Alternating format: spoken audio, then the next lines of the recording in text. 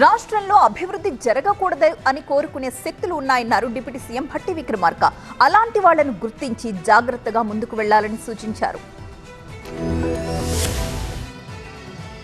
Yadadri power plant కారణంగా ఇళ్లు భూములు కోల్పోయిన వారిని అన్ని విధాలా ఆదుకుంటామన్నారు డిప్యూటీ సీఎం భట్టి విక్రమార్క.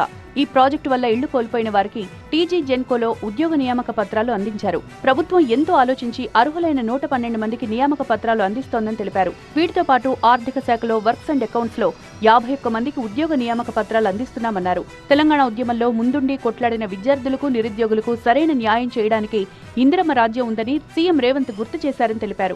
అధికారంలోకి వచ్చిన ఒక్క ఏడాదిలోనే 59,000 నియామక పత్రాలిచ్చింది తామే అని భట్టి స్పష్టం చేశారు. ఉద్యోగ నోటిఫికేషన్ల ద్వారా మాత్రమే కాకుండా నిరుద్యోగ యువతీ యువకుల సెల్ఫ్ ఎంప్లాయ్మెంట్ కోసం రాజీవ్ యువ వికాసం పథకాన్ని ప్రవేశపెట్టిన ఘనత తెలంగాణలో ఇందిరమ్మ ప్రభుత్వానికే దక్కుతుందన్నారు భట్టి విక్రమార్క.